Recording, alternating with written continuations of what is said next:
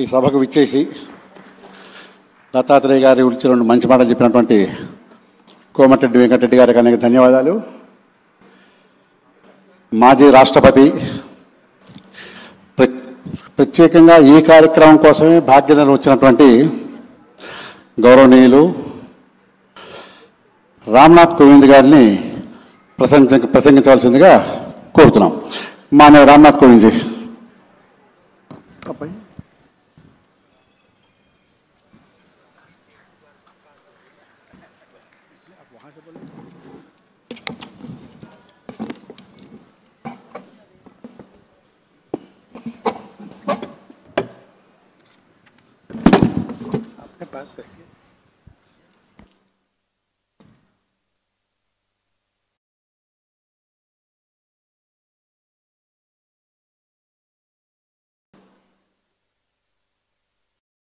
हरियाणा के राज्यपाल आदरणीय श्री बंडारू दत्तात्रेय गारू की आत्मकथा, जिसका नाम है जनता की कहानी और मेरी आत्मकथा, आज उसका उद्घाटन करते हुए न केवल मुझे बल्कि मेरे सभी सहयोगियों को और आप सबके उसके साक्षी बने, मुझे बहुत प्रसन्नता हुई, बहुत प्रसन्नता हुई. मैं अपने को रोक नहीं पाया.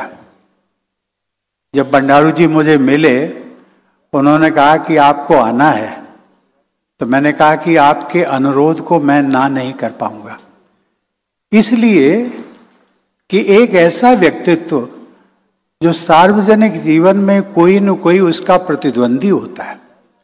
अभी मैं चंद्रबाबू नायडू जी से यही बात करता था. मैंने कहा बंडारू दत्तात्रेय जैसे लोगों को हम कहाँ ढूंढेंगे. सार्वजनिक जीवन में ऐसा कोई आदमी मिलता नहीं है जिसका कोई शत्रु ना हो, प्रतिद्वंदी ना हो. And he is a friend of everybody. मुझे लगता है उनके जीवन में उनकी जो डिक्शनरी है उसमें शायद शत्रु और प्रतिद्वंदी का कोई नाम ही नहीं है.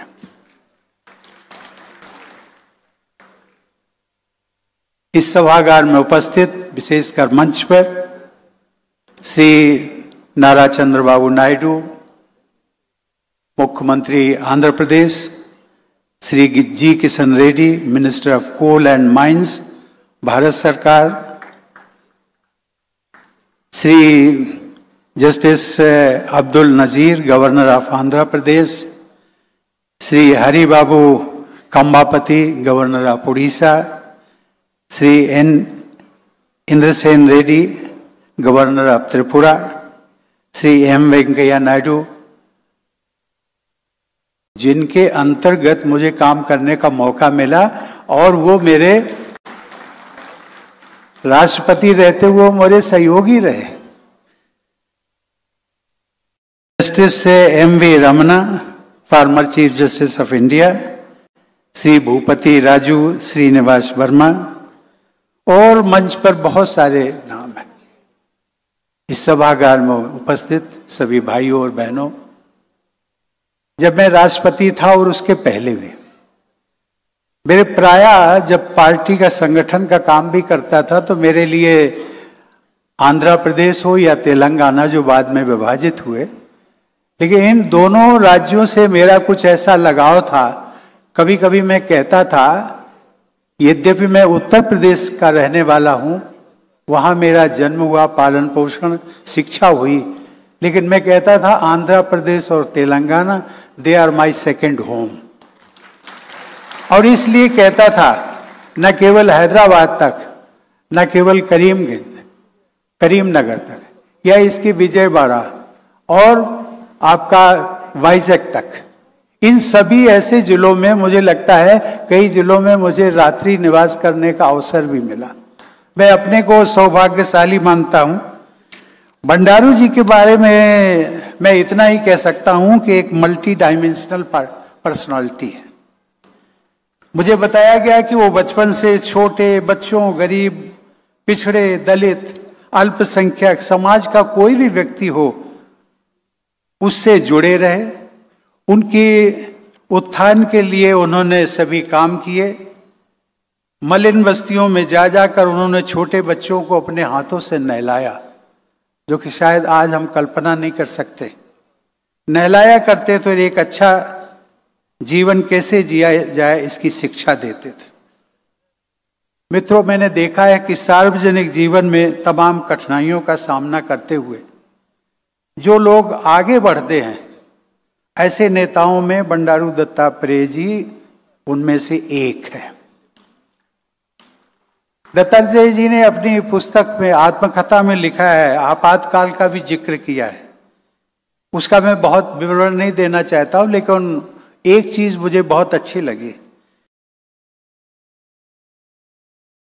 कि कुछ लोग जो थे उनके जेल साथी, मुझे बताया गया कि वो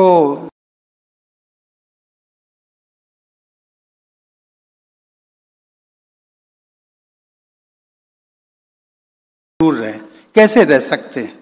तो उनको बंडारू जी हंसते खेलते भजन गाते हुए और उन्होंने अपने जीवन जेल में काट दिए।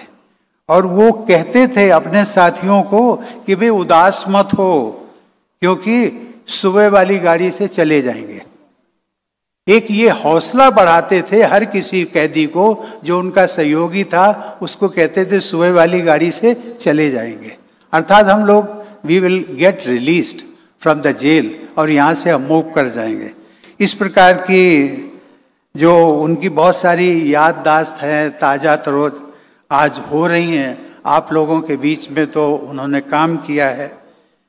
मैं इसमें केवल इतना ही कहना चाहता हूँ, अभी हमारे वक्तागण बहुत हैं, लेकिन उन्होंने जितनी भी, मेरा उनसे संपर्क बहुत पुराना, जब मैं सांसद था 1994 से लेकर के, तो मेरी उनके साथ में मित्रता हुई। वो मंत्री भी बने और पार्टी में काम भी करते रहे, लेकिन मैंने उन्होंने देखा कि केंद्रीय और रोजगार मंत्री के रूप में उन्होंने जो इनिशिएटिव लिए मजदूरों के लिए, उसमें न्यूनतम वेतन अर्थात मिनिमम वेजेस, मिनिमम पेंशन और ग्रेच्युटी में बढ़ोतरी, बाल मजदूरी संशोधन अधिनियम, मातृत्व लाभ में बढ़ोतरी जैसे अनेकों कार्य किए, जिससे आज लाखों करोड़ों श्रमिकों को उस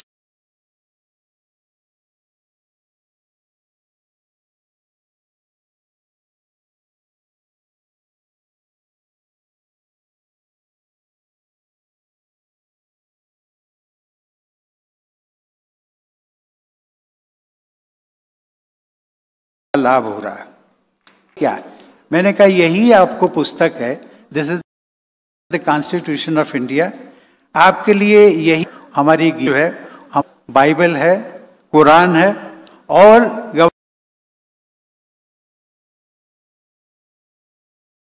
गवर्नर के पद पर रहते हुए आपको इसी आपके जो निर्णय लेंगे राजभवन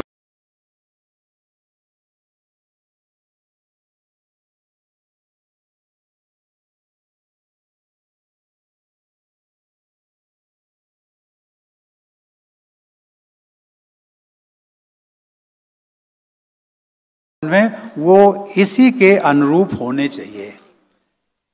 मुझे एक बात का, और मैं जब लगभग 1 साल हो गया तो मुझे फिर मिले, शिष्टाचार मुलाकातें होती थी, तो मैंने पूछा, बंडारू जी आप तो दक्षिण भारत के रहने वाले हैं, ऐसा जिसको कि हम कहते हैं कि वहाँ गर्मी बहुत होती, गर्मी में आप रहने वाले और आपकी पोस्टिंग हो गई हिमाचल शिमला तक तो ठीक है, लेकिन शिमला से एक जगह आती है लाहौल स्पीति, जहाँ पर कि 0 टेम्परेचर 0 से भी नीचे जाता। मैंने कहा वहाँ कैसे आप जाएंगे, वहाँ कैसे रह सकते हैं? यदि आपको लोक सेवा का कार्य करना है तो वहाँ आपको जाना जरूरी भी है, लेकिन हमें ये बताइए आप जाएंगे कैसे? तो बंडारू जी ने कहा कि मैं तो चाहता हूँ कि वहाँ से मुझे शिफ्ट कर दिया जाए। ईश्वर से प्रार्थना भी है कि तुम जियो हजारों साल और साल के दिनों 50। इसी के साथ में मैं लेडी गवर्नर बंडारू जी आपका, आप दोनों की लंबी उम्र मिले, दीर्घायु हों, स्वस्थ रहें, यही मेरी ईश्वर से प्रार्थना है। धन्यवाद, नमस्कार।